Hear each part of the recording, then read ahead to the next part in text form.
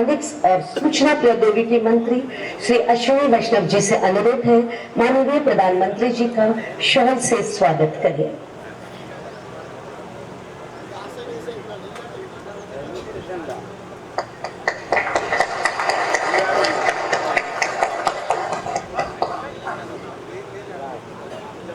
आज का दिन एक ऐतिहासिक दिन है। आज हमारे देश को मिलने जा रही है 85,000 करोड़ रुपए से अधिक की धन प्रस्तुत करें। प्रधानमंत्री जी की इस बड़ी सोच का साक्षी है। कुछ उदाहरण प्रस्तुत करता हूं। डेडिकेटेड फ्रेट कॉरिडोर की कल्पना 2004 में हुई थी। 2004 से 2014 लंबा काल था, 10 साल का। 1,000 किलोमीटर का फ्रेट कॉरिडोर बनाया। फर्क साफ है। 2004 से 2014 0 किलोमीटर, 0 किलोमीटर। 2014 से 2024 2,500 किलोमीटर से ज्यादा। आज प्रतिदिन 300 से अधिक गाड़ियां इस फ्रेट कॉरिडोर पे चल रही है और उसका लाभ पूरे देश को मिल रहा है। चाहे पंजाब हो, हरियाणा हो, जम्मू कश्मीर हो, हिमाचल हो, उत्तर प्रदेश हो, उत्तराखंड हो, इन सब को आज, राजस्थान हो, इन सब को आज पश्चिमी तट के सी पोर्ट से, समुद्री बंदरगाहों से सीमलेस कनेक्टिविटी मिली है। डिजिटली कंट्रोल्ड स्टेशन, आज माननीय प्रधानमंत्री जी करीब 2,500 से ज्यादा डिजिटली कंट्रोल्ड रेलवे स्टेशन का लोकार्पण करेंगे। डिजिटल कंट्रोल से स्टेशन की सेफ्टी कई गुने बढ़ जाती है। 2014 से पहले हर वर्ष मात्र 40-50 स्टेशन को डिजिटल कंट्रोल में अपग्रेड करते थे। आज माननीय प्रधानमंत्री जी हर वर्ष 400 से 500 यानी गुड शेड, गति शक्ति कार्गो टर्मिनल, जन औषधि केंद्र, वन स्टेशन वन प्रोडक्ट का भी लोकार्पण करेंगे। कुछ ऐसे अच्छे उदाहरण भी है जो लोक रुचि के हैं। कई जगह कोच को रेस्टोरेंट में कन्वर्ट किया गया है। ऐसे करीब 40 कोच रेस्टोरेंट भी माननीय प्रधानमंत्री जी आज आप लोकार्पण करेंगे। इन सब कार्यों से आज देश जी, आपका 140 करोड़ का परिवार आपकी तपस्या में, आपके इस यज्ञ में सदैव आपके साथ है। बहुत बहुत धन्यवाद। भारत माता की जय।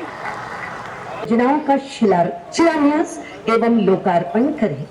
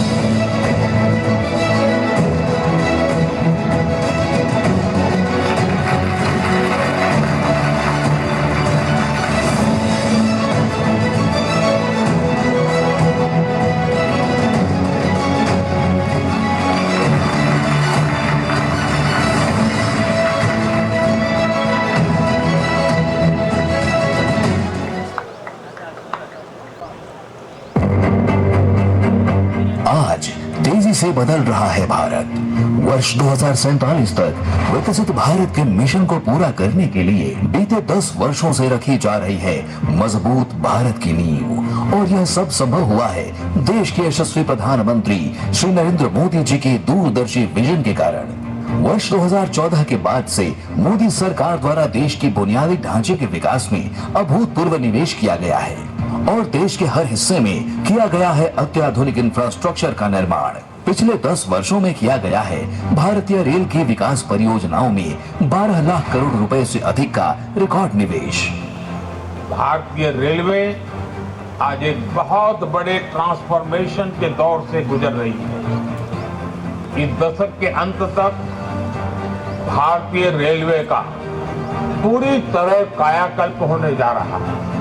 इसी क्रम में प्रधानमंत्री जी द्वारा आज देशवासियों को दी जा रही है 85,000 करोड़ रुपए से अधिक की रेल परियोजनाओं की सौगात। जिन रेल परियोजनाओं का आज शिलान्यास और राष्ट्र को समर्पण किया जा रहा है, उनमें शामिल है नई rail line, multi tracking, electrification, cargo terminal और डेडिकेटेड फ्रेट कॉरिडोर से जुड़ी परियोजनाएं। प्रधानमंत्री जी आज 10 नई वंदे भारत, 4 वंदे भारत ट्रेनों का विस्तार, 2 नई पैसेंजर ट्रेन एवं 6 राज्यों के डीएफसी पर चलने वाली विशेष मालगाड़ियों का कर रहे हैं हरी झंडी दिखाकर शुभारंभ। इनके संचालन से देशवासियों को मिलेगा तेज और आरामदायक सफर का अनुभव एवं माल ढुलाई को मिलेगी अभूतपूर्व गति। माननीय प्रधानमंत्री जी आज राष्ट्र को समर्पित कर रहे हैं डेडिकेटेड फ्रेट कॉरिडोर का new Makarpura new Gholvad section और न्यू खुर्जा सानेहवाल सेक्शन। साथ ही कर रहे हैं वेस्टर्न डेडिकेटेड फ्रेट कॉरिडोर के ऑपरेशन कंट्रोल सेंटर का लोकार्पण। प्रधानमंत्री जी के मार्गदर्शन में बीते वर्षों में देश में 2500 किलोमीटर से अधिक डेडिकेटेड फ्रेट कॉरिडोर का निर्माण किया जा चुका है और आज यह बन चुके हैं देश की समृद्धि के कॉरिडोर।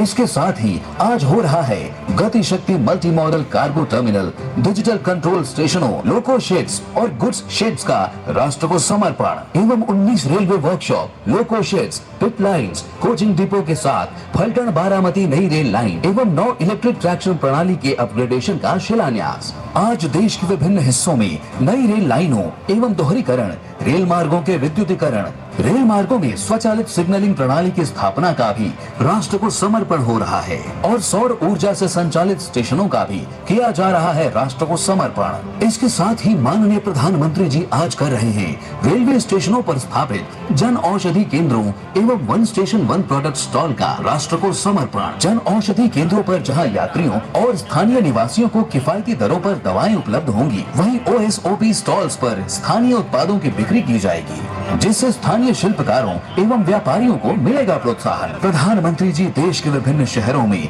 रेल कोच रेस्टोरेंट को कर रहे हैं राष्ट्र को समर्पित, जहां रेल यात्री और स्थानीय लोग लजीज व्यंजनों का उठा सकेंगे आनंद। पूरे देश के सर्वांगीण विकास का जो महाअभियान माननीय प्रधानमंत्री जी चला रहे हैं, उसमें ये रेल परियोजनाएं मील का पत्थर साबित होंगी। इन परियोजनाओं से सिद्ध होता है विकसित भारत के लिए मोदी सरकार का संकल्प, यानी मोदी सरकार की गारंटी।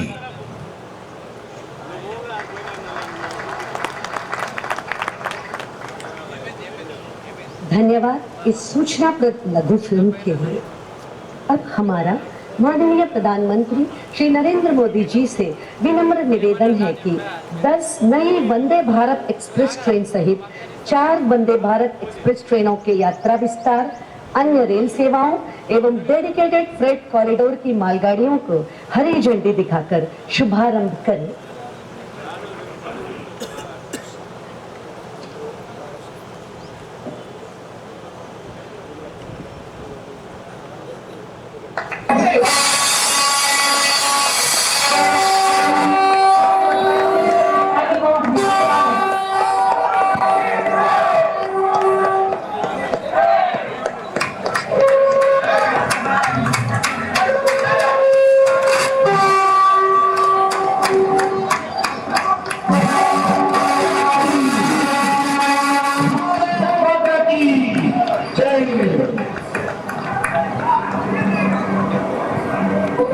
आचार्य श्री देवव्रत जी,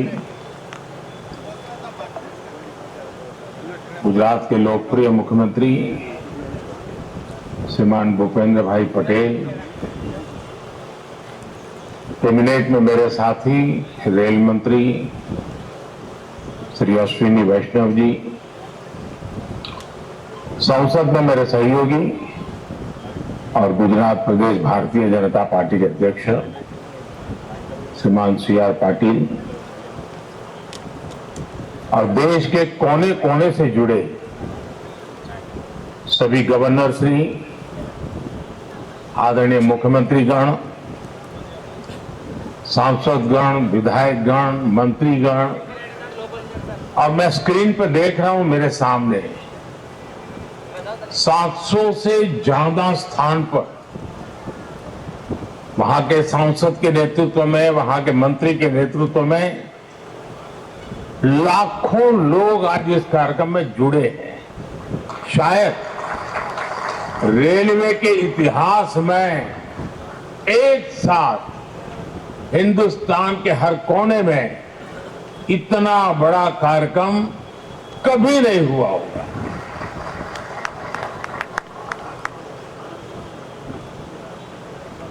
सौ साल में पहली बार हुआ ये कार्यक्रम होगा। मैं रेलवे को भी इस भव्य आयोजन के लिए बहुत बहुत बधाई देता हूं।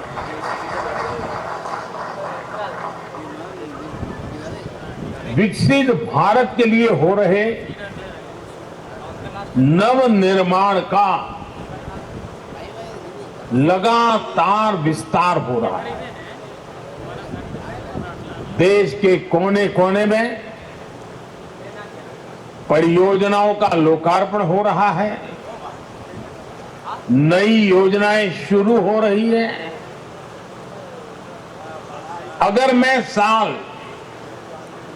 2024 की ही बात करूं, 2024 आने मुश्किल से अभी 75 दिन हुए हैं 2024 के। इन करीब करीब 75 दिन में 11 लाख करोड़ रुपए से ज्यादा की परियोजनाओं का लोकार्पण और शिलान्यास हो चुका है। और अगर मैं पिछले 10-12 दिन की बात करूं, पिछले 10-12 दिन में ही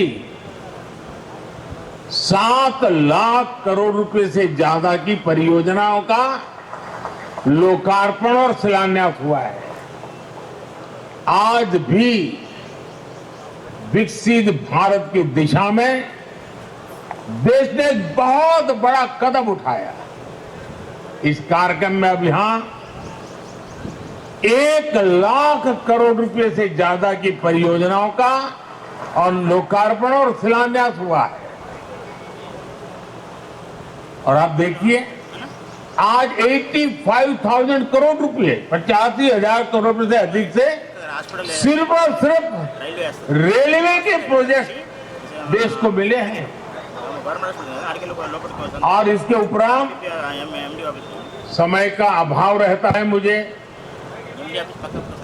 विकास में मैं गति को धीमी नहीं होने देना चाहता, और इसलिए आज रेलवे के ही कार्यक्रम में एक और कार्यक्रम जुड़ गया है पेट्रोलियम वालों का।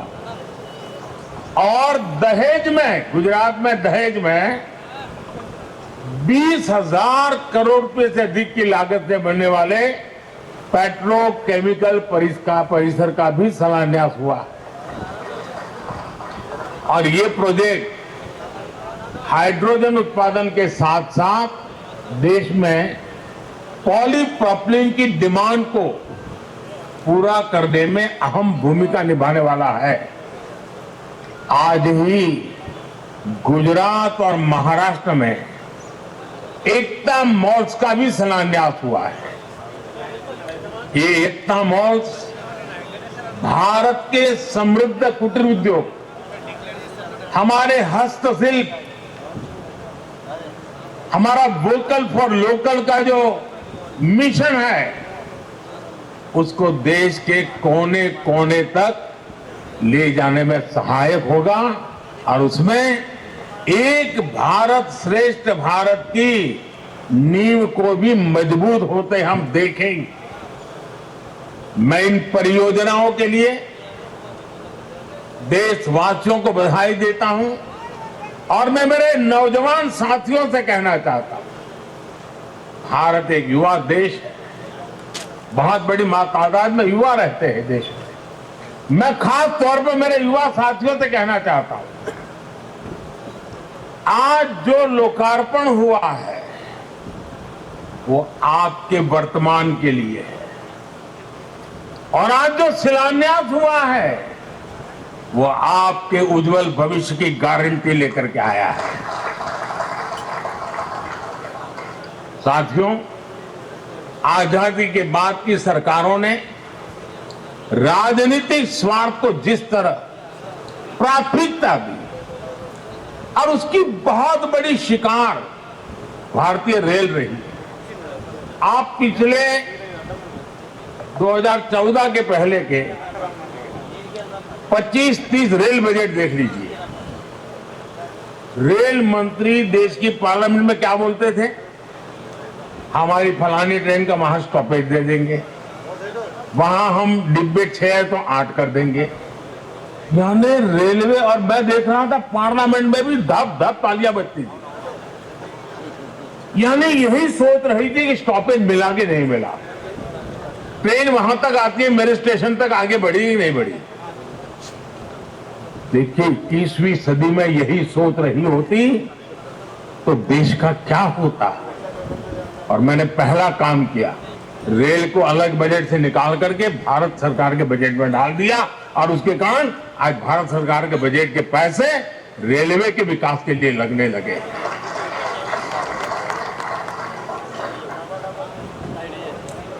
पिछले दिनों देखा है इन दशकों में समय की पाबंदी, आपने हालत देखा है। ट्रेन पर मेन लोग ये नहीं देखने जाते थे किस प्लेटफॉर्म पर कौन सी ट्रेन है, लोग ये देखते हैं कितनी लेट है। यही कार्यक्रम है। वो घर से, क्योंकि उस समय मोबाइल तो था नहीं, स्टेशन पे जाकर के देखना कि भाई कितनी लेट है। रिश्तेदारों को कहते हुए रुके रहो, पता नहीं ट्रेन कब आएगी, वरना घर वापस जाकर के फिर आएंगे। ये रहता था। स्वच्छता की समस्या, सुरक्षा, सहूलियत, हर चीज पैसेंजर के नसीब पर छोड़ दी गई थी। 2014 में देश में आज से 10 साल पहले नॉर्थ ईस्ट के 6 राज्यों ऐसे थे जहां की राजधानी हमारे देश की रेलवे से नहीं जुड़ी थी। 2014 में देश में 10,000 से ज्यादा ऐसे रेल फाटक थे, 10,000 से ज्यादा, जहां कोई व्यक्ति नहीं था, लगातार एक्सीडेंट होते थे और उसके कारण हमारे होनहार बच्चों को, नौजवानों को हमें खोना पड़ता। 2014 में देश में सिर्फ 35% रेल लाइनों का इलेक्ट्रिफिकेशन हुआ था। पहले की सरकारों के लिए रेल लाइनों का दोहरीकरण भी उनकी प्राथमिकता में ही नहीं था। इस परिस्थिति में हर पल कौन मुसीबतें झेल रहा था, कौन परेशानियों में पीसा जाता था? हमारे देश का सामान्य मानवी, मध्यम वर्ग का परिवार, भारत का छोटा किसान, भारत के छोटे उद्यमी। आप याद करिए, रेलवे रिजर्वेशन, उसकी भी क्या हाल था। लंबी लंबी लाइनें, दलाली, कमीशन, घंटों का इंतजार। लोगों ने भी सोच लिया था कि अब ये हालत कभी नहीं, सबने माना था रेलवे पर ऐसी है, मुसीबत है, चलो 2-4 घंटे सफर करनी है, कर लेंगे, चिल्लाओ मत। यही जिंदगी हो गई थी। और मैंने तो मेरी जिंदगी ही रेल की पटरी पर शुरू की है, जब मुझे भली भांति है रेल का क्या हाल था। साथियों, भारतीय रेल को उस नर्क जैसी स्थिति से बाहर निकालने के लिए जो इच्छा शक्ति चाहिए थी, वो इच्छा शक्ति हमारी सरकार ने दिखाई है। अब रेलवे का विकास सरकार की सर्वोच्च प्राथमिकताओं में से एक है। हमने 10 वर्षों में औसत रेल बजट को 2000 भारतीय रेल का ऐसा कायाकल्प होते देखेंगे जिसकी उन्होंने कल्पना भी नहीं की होगी। आज का ये दिन इसी इच्छा शक्ति का जीता जागता सबूत है। देश का नौजवान तय करेगा उसको कैसा देश चाहिए, कैसी रेल चाहिए। ये 10 साल का काम अभी तो ट्रेलर है, मुझे तो और आगे जाना है। आज गुजरात, महाराष्ट्र, यूपी, उत्तराखंड, कर्नाटक, तमिलनाडु दिल्ली, एमपी, तेलंगाना, आंध्र प्रदेश, बिहार, झारखंड, पश्चिम बंगाल, उड़ीसा, इतने राज्यों में वंदे भारत ट्रेनें मिल चुकी है। और इसी के साथ ही देश में वंदे भारत ट्रेन की सेवाओं का शतक भी लग गया है। वंदे भारत ट्रेनों का नेटवर्क अब देश के 250 से अधिक जिलों तक पहुंच चुका है। जन भावनाओं का सम्मान करते हुए सरकार वंदे भारत ट्रेनों का रूट भी लगातार बढ़ा रही है। अहमदाबाद जामनगर वंदे भारत ट्रेन अब द्वारिका तक जाएगी। और मैं तो अभी द्वारिका में जाकर के डुबकी लगा के आया हूं। अजमेर, दिल्ली, सराय रोहिल्ला वंदे भारत एक्सप्रेस अब चंडीगढ़ तक जाएगी। गोरखपुर लखनऊ वंदे भारत एक्सप्रेस अब प्रयागराज तक जाएगी। और इस बार तो कुंभ का मेला होने वाला है, तो उसका महत्व और बढ़ जाएगा। तिरुवनंतपुरम, कासरगोड वंदे भारत एक्सप्रेस मंगलुरु तक विस्तार किया गया है। साथियों, हम दुनिया भर में कहीं भी देखें, जो देश समृद्ध हुए, औद्योगिक रूप से सक्षम हुए, उनमें रेलवे की बहुत बड़ी भूमिका रही है। इसलिए रेलवे का कायाकल्प भी विकसित भारत की गारंटी है। आज रेलवे में अभूतपूर्व गति से रिफॉर्म हो रहे हैं। तेज गति से नए रेलवे ट्रैक्स का निर्माण, 1300 से ज्यादा रेलवे स्टेशनों का आधुनिकीकरण, वंदे भारत, नमो भारत, अमृत भारत जैसी नेक्स्ट जनरेशन ट्रेन, आधुनिक रेलवे इंजन और कोच फैक्ट्रियां, ये सब 21वीं सदी की भारतीय रेल की तस्वीर बदल रही है। साथियों, गति शक्ति कार्गो टर्मिनल पॉलिसी के तहत कार्गो टर्मिनल के निर्माण में गति लाई जा रही है। इससे कार्गो टर्मिनल बनने की गति तेज हुई है। लैंड लीजिंग पॉलिसी को और सरल किया गया है। लैंड लीजिंग प्रक्रिया को भी ऑनलाइन किया है। इससे काम में पारदर्शिता आई है। देश के ट्रांसपोर्टेशन सेक्टर को मजबूती देने के लिए रेलवे मंत्रालय के तहत गति शक्ति विश्वविद्यालय की स्थापना भी की गई है। हम निरंतर भारतीय रेल को आधुनिक बनाने और देश के कोने कोने को रेल से जुड़ने में जुटे हुए हैं। हम रेलवे से, नेटवर्क से मानव रहित फाटक समाप्त करके ऑटोमेटिक सिग्नलिंग सिस्टम लगा रहे हैं। हम रेलवे के 100% इलेक्ट्रिफिकेशन की तरफ बढ़ रहे हैं। हम सौर ऊर्जा से चलने वाले स्टेशन बना रहे हैं। हम स्टेशन पर सस्ती दवा वाले जन औषधि केंद्र बना रहे हैं। और साथियों, ये ट्रेनें सिस्टम बन रहा है। देश में बने लोकोमोटिव हो या ट्रेन के डिब्बे हो, भारत से Sri Lanka, Mozambique, Senegal, Myanmar, Sudan जैसे देशों तक हमारे ये प्रोडक्ट एक्सपोर्ट किए जा रहे हैं। भारत में बनी सेमी हाई स्पीड ट्रेनों की डिमांड दुनिया में बढ़ेगी तो कितने ही नए कारखाने यहां लगेंगे। रेलवे में हो रहे ये सारे प्रयास, रेलवे का ये कायाकल्प नए निवेश और निवेश से नए रोजगार की भी गारंटी दे रहा है। साथियों, हमारे इन प्रयासों को कुछ लोग चुनावी चश्मे से देखने की चीजों को नहीं भुगतना पड़ेगा और ये मोदी की गारंटी है। साथियों, भाजपा के 10 वर्ष के विकास काल के एक और उदाहरण पूर्वी और पश्चिमी और पैसेंजर ट्रेन दोनों की स्पीड बढ़ती। ये खेती, उद्योग, एक्सपोर्ट, व्यापार काज में ये प्रोजेक्ट लटकता रहा, भटकता रहा, अटकता रहा। फ्रेट कॉरिडोर का लोकार्पण हुआ है अहमदाबाद में, ये अभी आप देख रहे हैं।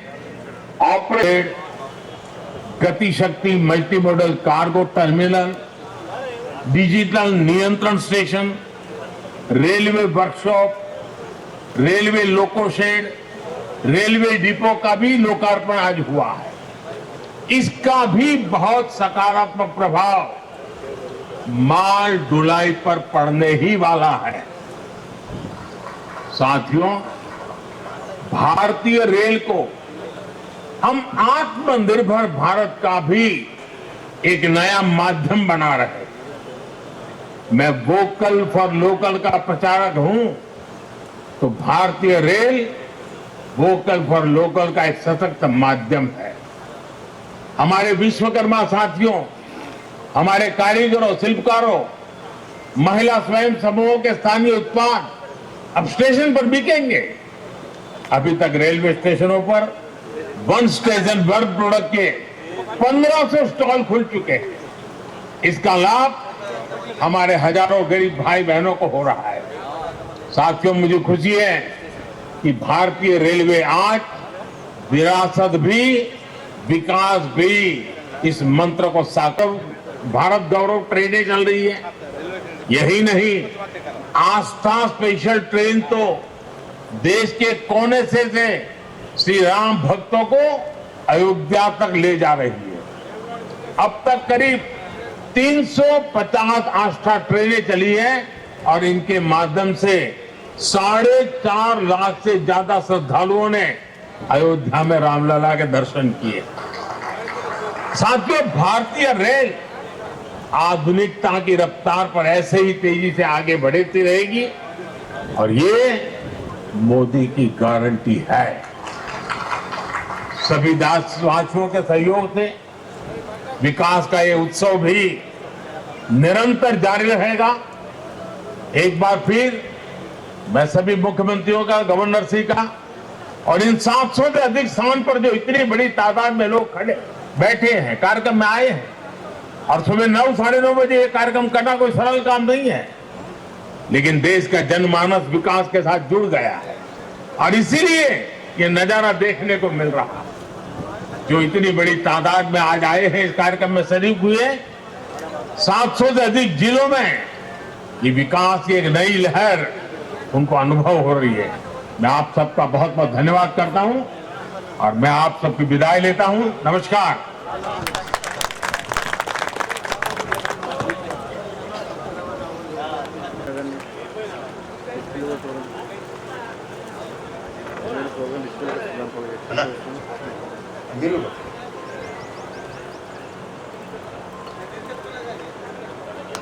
Thank you so much for Bharat माता की, భారత్ మాతాకి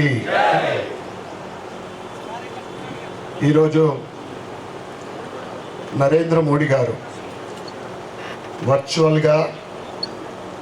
వర్చువల్ ద్వారా రైల్వే 700 పై ప్రాజెక్టులని సుమారు 85,000 కోట్ల పైన విలువైన ప్రాజెక్టులని వర్చువల్ ద్వారా ప్రారంభించిన సందర్భంగా నిర్వహిస్తున్న రైల్వే శాఖ వారికి, వేదిక మీదున్న railway assistant divisional assistant manager engineer గారికి, రాజు గారికి మరియు భారతీయ జనతా పార్టీ పార్లమెంట్ నియోజకవర్గ ఇన్ఛార్జ్ మా పెద్దలు గద్దె బొమ్మన గారికి, మండల అధ్యక్షులు గారికి, వేదిక ముందున్న డిచ్పల్లి వాసులకు, రైల్వే శాఖ అధికారులకు, భారతీయ జనతా పార్టీ నాయకులకు మరియు రైల్వే సంబంధించిన ప్రతి లేబర్కు, పోలీస్ డిపార్ట్మెంట్కు అందరికీ కూడా ఈ శుభ సందర్భంగా అందరికీ శుభాకాంక్షలు, శుభాభినందనలు. మోడీ గారి ప్రత్యేకత ఏంటిదంటే 2047 వరకు భారతదేశాన్ని అన్ని రంగాల్లో విశ్వగురు స్థానానికి తీసుకుపోయేది అది మోడీ గ్యారెంటీ అని చెప్పిండు. కానీ అంత టైం పట్టదన్నా. ఇవన్నీ చూస్తుంటే నిజమా కలనా అని అనిపిస్తుంది. ప్రతి వారము ఒక వర్చువల్ టీవీ ద్వారా మనం చూస్తూ ఉన్నాం. గత 10 రోజుల క్రితము ఎడ్యుకేషనల్ ఇన్స్టిట్యూషన్స్, ఈరోజు రైల్వేస్, ఒకసారి ఇండస్ట్రియల్, అంటే ప్రతి అంశం కూడా ఇవాళ భారతదేశంలో 60 ఏళ్ళ కాంగ్రెస్ పరిపాలనకు ఈ 10 సంవత్సరాల బీజేపీ పరిపాలన 5 స్పీడ్గా ముందు అభివృద్ధి చెందుతూ ఉంది. అన్ని ఇన్ఫ్రాస్ట్రక్చర్స్, రైల్వేస్ కానీ, రోడ్వేస్ కానీ,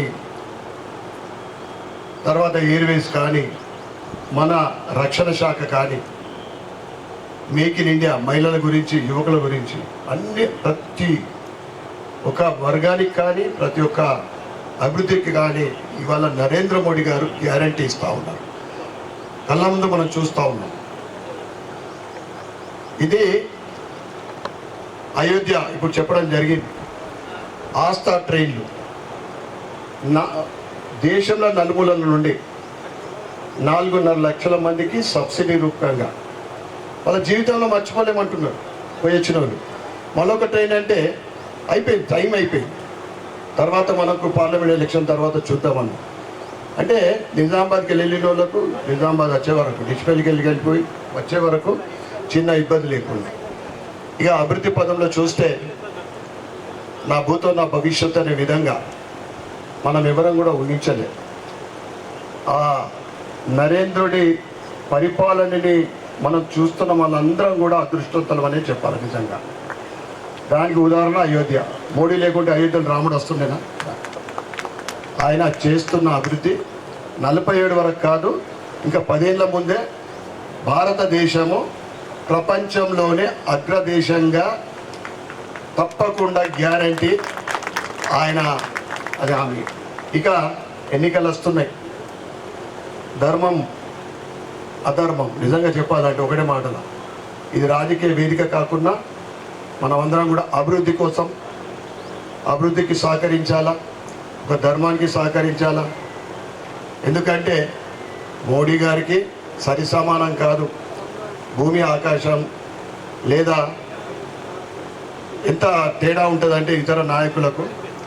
మీరందరూ కూడా దయచేసి ఏదైతే మోడీ గారి భారతదేశాన్ని అభివృద్ధి పదంలో తీసుకెళ్తా ఉన్నారో మనం ఏమి లేదు, ఒక చేయాలంతే, అంటే సహకరించాలంతే. కానీ ఆయనకు మనం సహకరిస్తే మూడవసారి పక్కా మోడీ గారే. దాంట్లో మనం కూడా పాత్రులమై ఉంటే, విజయంలో పాత్రులమై ఉంటే, అది మనం కూడా భారతదేశ పురోభివృద్ధిలో అన్ని రంగాలు ఏదైతే అభివృద్ధి చెందుతూ ఉన్నాయో మనం కూడా సహకరించాలనైతే అని తెలియజేస్తూ, ఇంత చక్కటి కార్యక్రమాన్ని ఇంకా ఎన్నో చూస్తాం. 370 ఆర్టికల్ రద్దు అదే మామూలుది కాదు. ఇవన్నీ కూడా ఎందుకంటే 10 సంవత్సరాల ఆయన కాలంలో వికసిత్ భారత్ వికసిస్తూ ఉంది. ఒక్కరోజు కూడా లీవ్ తీసుకోకుండా 10 సంవత్సరాలు ప్రతిరోజు 15 నుంచి 18 గంటలు పనిచేసి, నేను ఒక ఛాయ్ అమ్ముకున్న వ్యక్తిని రైల్వే స్టేషన్లో అని చెప్పి గర్వంగా చెప్పే వ్యక్తి, ఇవాళ దేశ ప్రజల కష్ట సుఖాలు తెలిసిన వ్యక్తి, అన్ని వర్గాల ప్రజల కష్ట సుఖాలు, పేదల గురించి, మధ్యతరగతి వాళ్ళ గురించి, అదేవిధంగా మహిళల గురించి, యువకుల గురించి, రైతుల గురించి, అన్నిట్లో కూడా ఇవాళ రాష్ట్ర ప్రభుత్వం ఇస్తున్న మనకు పథకాలు బెనిఫిట్స్ కేంద్ర ప్రభుత్వమే ఎక్కువ శాతం ఉంది. మీరందరూ కూడా నిజంగా ఈ కార్యక్రమంలో పాల్గొన్న ప్రతి ఒక్కరికి, రైల్వే శాఖ అధికారులకు ఇంత చక్కగా ప్రోగ్రామ్ని మీరు డిజైన్ చేసినందుకు ప్రత్యేకమైన ధన్యవాదాలు చెప్పుకుంటూ భారత్ మాతాకి. మన డిచ్పల్లి గూడ్స్ షెడ్ అభివృద్ధి పనులకు ఇవాళ మన ధన్పాల్ సూర్యనారాయణ గారి చేతుల మీదుగా ఇనాగ్రేషన్ జరుగుతోంది.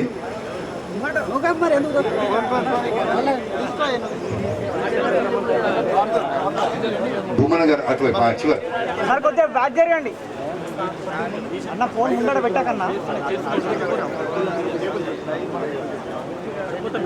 అన్నా. Thank you very much sir, thank you very much. అందరు గట్టిగా చప్పట్లు కొట్టాలి. మన డిచ్పల్లి గూడ్స్ షెడ్ డెవలప్మెంట్ పనులకి ఇనాగ్రేషన్ అయిపోయింది. Thank you very much sir, thank you all. Now I request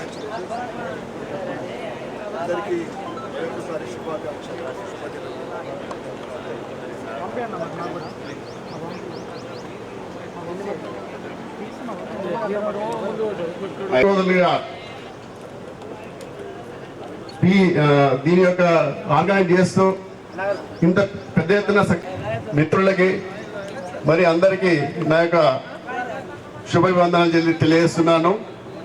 ఈ యొక్క ప్రోగ్రాంను రైల్వే తరఫు నుంచి ఎంతోమంది అంటే మన ఎలక్ట్రానిక్ స్టాఫ్ కానీ, టెలికాం స్టాఫ్ కానీ, ఐఓడబ్ల్యూ స్టాఫ్ కానీ, మన ప్రసాద్ గారు, బ్రహ్మం గారు, మన చంద్రరావు గారు అందరూ కూడా గత 3 రోజుల నుంచి ఈ యొక్క ప్రోగ్రాంను ఇంత చక్కగా నిర్వహించినందుకు చాలా సంతోషంగా ఉంది. రాబోయే రోజుల్లో నిజామాబాద్లో ప్లేస్ తక్కువగా ఉంది. ఆ తర్వాత డిచ్పల్లి ఈ యొక్క ఎఫ్సిఐ సిబ్బంది, ఎఫ్సిఐ ఏదైతే ఉందో వాళ్ళు కూడా లోడింగ్ అన్లోడింగ్ ఇక్కడే జరుగుతూ ఉన్నది. తర్వాత ఇక్కడ డిచ్పల్లి, జంగంపేట్ అండ్ నెక్స్ట్ బోధన్. రాబోయే రోజుల్లో 1000 కోట్లు ఇక్కడ ఆల్రెడీ డిచ్పల్లి శాంక్షన్ అయింది. ఈ యొక్క రాబోయే రోజుల్లో డిచ్పల్లి స్టేషన్ ఇంకా డబులింగ్ అని ఆల్రెడీ ఎలక్ట్రిషియన్ అయిపోయింది, డబులింగ్ అని అవుతా ఉంది. ఈ యొక్క కార్యక్రమం ఎంత డిచ్పల్లి స్టేషన్ ఎట్లా అంటే ఇంకా దినదిన అభివృద్ధి ఇంకా చాలా బాగా అభివృద్ధి చెందుతుంది. ఆల్రెడీ ఎవరు కూడా ఊహించలేదు డిచ్పల్లిలో రైల్వే అంటే గూడ్ షెడ్ అవుతుందా అని చెప్పేసి. ఈ యొక్క కళలు మోడీ గారి ప్రభుత్వం వచ్చిన తర్వాత చాలా ఫాస్ట్గా దీని యొక్క అభివృద్ధి చేసింది. ఇందుకు మేము అందరము మా యొక్క ఎంప్లాయీస్ తరఫు నుంచి మరియు మా ఎంప్లాయీ యొక్క కుటుంబ సభ్యుల నుంచి మేమందరం కూడా అందరికీ తమకి అభివందన తెలియజేస్తున్నాము. ఈ యొక్క ప్రోగ్రాంను ఇంత మంచి సక్సెస్ చేసినందుకు మరియు మిత్రులు తమ విలువైనటువంటి సమయాన్ని కేటాయించి ఈ యొక్క ప్రోగ్రాంను సక్సెస్ చేసినందుకు ఎమ్మెల్యే గారికి ఎంతో పని ఉంది. వారు బహుశా హైదరాబాద్ పోయేది ఉంది, కానీ ఈ యొక్క సమయాన్ని వారు కేటాయించినందుకు వారి యొక్క ప్రత్యేక కృతజ్ఞత తెలియజేస్తున్నాము. అట్లాగే ఎంపీ గారు కూడా రావాల్సి ఉండే, వారికి కూడా ఏదో హైదరాబాద్లో ఇంపార్టెంట్ మీటింగ్ ఉందని చెప్పేసి రాలేకపోయారు. కాబట్టి వారికి కూడా మా యొక్క రైల్వే తరఫు నుంచి అభినందనలు తెలియజేస్తున్నాము. Thank you very much sir.